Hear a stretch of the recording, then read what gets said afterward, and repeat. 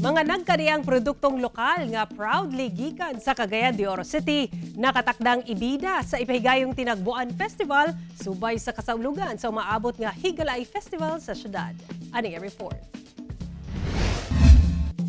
Subay sa tema karong tuiga nga functional flavors, unlocking kamote and coconut potential, nakafocus ang Tinagbuan Festival karong Agosto sa pagpakita sa nagkadayang produkto nga mahimo sa pinaagi niini. Ang Tinagbuan Festival ang tinuig nga aktibidad subay sa kasaulugan sa Higalay Festival sa Cagayan de Oro City, kung asa ginapakita ang mga nagkadayang produkto nga proudly made sa syudad.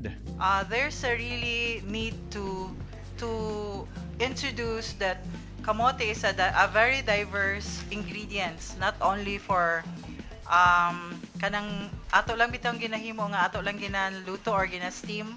Magamit nato siya in many ways sa dessert or kanang sa main ingredient nato sa atong everyday meal. Nagkadayang produkto ang mahimo gikan sa lubi ug kamote, sama sa mga pan, tsokolate, snack bites ug uban pang desserts. This is very affordable because we're expecting that the local raw materials is coming from our farmers here in Region 10, Cagayan de Oro City and Misor.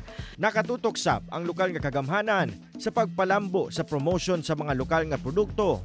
Lakip na ang pagtabang sa IP Group sa kabukiran sa syudad nga mapalambo pa ang ilang mga agricultural products. So sa kani nga MSME, these are the food processors. So mga pagkaon ni sila, human na sila ng stage nga research and innovation, human na.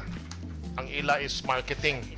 Unsaon pagpaabot sa katawhan. Doble pagpangandam ang MSME sa syudad sa nakatakdang pagpahigayon sa Tinagbuan Festival karong Agosto 8 hangtod 10 sa usa ka dakong mall sa downtown area sa syudad. Cyril Chavez,